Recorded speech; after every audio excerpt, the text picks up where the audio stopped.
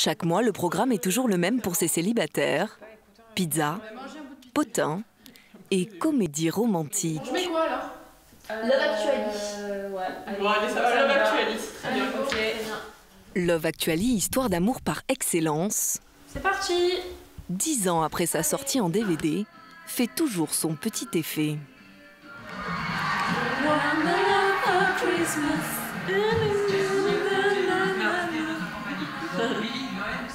C'est quoi qui vous fait rêver là, dans ce type d'histoire? On a le côté improbable. Ouais, c'est que des choses qui arrivent jamais dans la vraie vie. Comme quoi? Ça finit toujours bien. Et c'est des rencontres improbables, des histoires improbables. Vous espérez que ça vous arrive? Oui. Ça ressemble aux contes de fées qu'on nous racontait quand on avait 6 ans. Contes de fées des temps modernes, les films romantiques s'imposent depuis plus de 20 ans sur nos écrans de cinéma et de télévision. Du cultissime Pretty Woman à l'inoubliable journal de Bridget Jones, en passant par l'indémodable 4 mariages et un enterrement. Le public ne se lasse pas de ces histoires d'amour, a priori impossibles. D'autant plus qu'elles sont portées à l'écran par les stars les plus sexy de notre époque.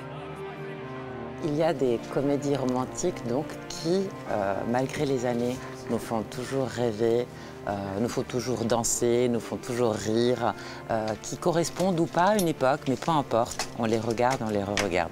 Je comprends très bien que les spectateurs aiment ces films-là, parce qu'on va au cinéma pour vivre par procuration des vies qui sont plus belles que les nôtres. À l'eau de rose ou plus humoristique, ces contes modernes bercent le quotidien parfois morose du public. Est-ce pour autant la seule raison de ces succès à répétition? Le film romantique est-il devenu le genre incontournable dans les salles obscures? Coup de projecteur sur ces histoires qui nous font plus que jamais rêver. À Londres, nous avons rencontré un acteur peu habitué aux films romantiques par excellence, Colin Farrell. Bonjour, comment ça va? Bien, ça va. Le bad boy du cinéma se prête cette année au jeu de l'amoureux transi face à une jeune actrice anglaise, plutôt séduisante, dans le film Un amour d'hiver, mercredi prochain dans les salles. Impossibly beautiful. So are you. Are you aware of her condition? She's dying. If you don't love me now, no one ever will. Vous n'êtes pas un habitué de ce genre de film, pourquoi avoir accepté celui-là? Parce que j'ai adoré l'histoire. C'est un peu simple et banal ce que je dis, mais j'ai lu le scénario et c'est une histoire tellement originale. C'est une sorte de retour dans le temps, quand l'amour existait, dans sa forme la plus pure.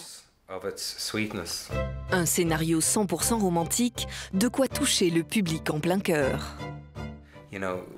Vous savez, parfois pour comprendre que quelque chose est possible, nous, en tant qu'êtres humains, on a besoin de s'appuyer sur un idéal, c'est un fait.